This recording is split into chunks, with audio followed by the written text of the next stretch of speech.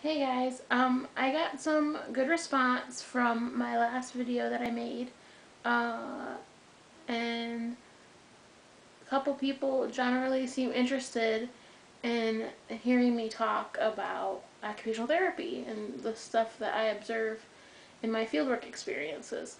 Um, so I figured I'd start off and get everybody on the same page.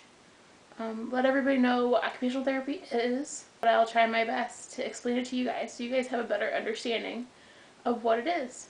Okay, to first understand occupational therapy, you need to understand the word occupation.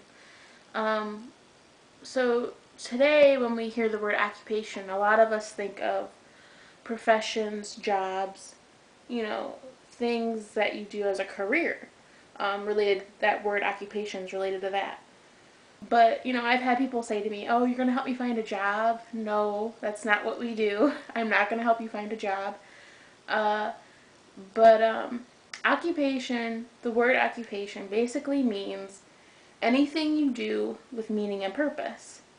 So that's a lot. That's not just your career. I mean, that could be your career as well. But that's also a lot of other things that you do in your daily life, such as eating, cooking, getting dressed, getting a shower, your daily occupations. And I say daily occupations rather than activities because a lot of the profession, they still do say it. They say ADLs, which is activities of daily living. So people that are familiar with the health professions, you might have heard that before. Um, But as occupational therapists, we're trying to get away from activities um, because we're not activity therapists. We're occupational therapists. We we work with the physical therapist and the speech therapists, um, but we're totally different professions. Physical therapy is more on the side of rehabilitating physically. Like they work on a particular joint or function and help you regain that back. Where occupational therapists do more of those daily living skills. Um, so if someone, the example I use a lot, if someone were to experience a stroke, um, they have to relearn a lot of their things that they used to be able to do. Because once you have a stroke, you lose function on one side of your body. So learning how to manipulate things with your hands and um, anything you do, you don't realize all the things that you do with one side of your body once it's gone. So when you lose that, it becomes very difficult to do things. Um, so we try to prepare the person to relearn those things or maybe just get better at the things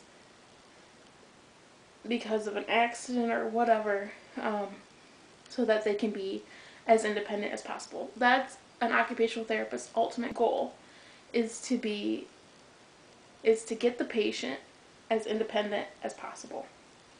Occupational therapists really look at people's occupations, and really focusing in on getting that person back to where they used to be. Um, I personally, in my undergrad, studied gerontology, which is the study of aging, so older adults. And they often will see occupational therapists as their body, deteriorates with age and time, and things happen to them. A lot of times, they need assistance after a fall or anything that could be problematic to their health, and them living and being independent on their own.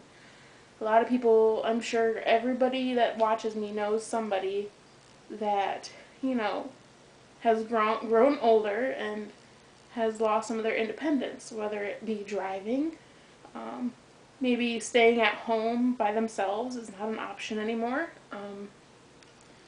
And so a lot of times after a fall or a surgery, people have to take things easy for a little while.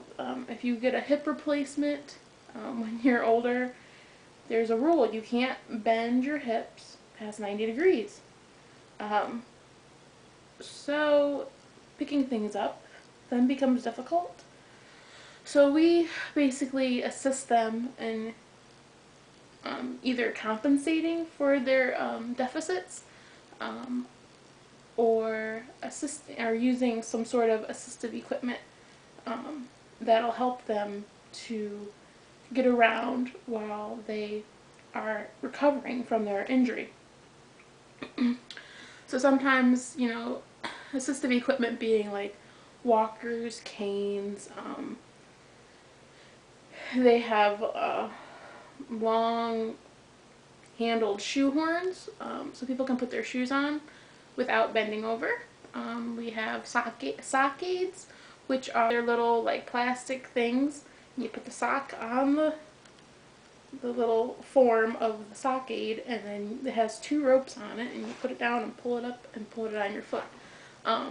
So yeah, I mean, just anything as simple as putting on a sock. Okay, it's something you do during the day, and when you can't do that, that limits you from getting around your house and doing the things you need to do. And like buttoning buttons, like you can think of a ton of things that you do during the day that if something happened to you, you wouldn't even think twice that it would affect you. But then in reality, after you're hurt and try to go home and live by yourself, you realize, oh my gosh, I can't do this anymore. So occupational therapists basically utilize occupations as a mode of therapy.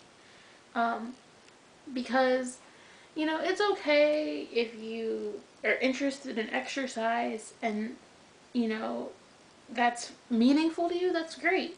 A lot of times older individuals um, aren't really interested in exercising. Um, so they find the whole, lifting a barbell very boring. Okay?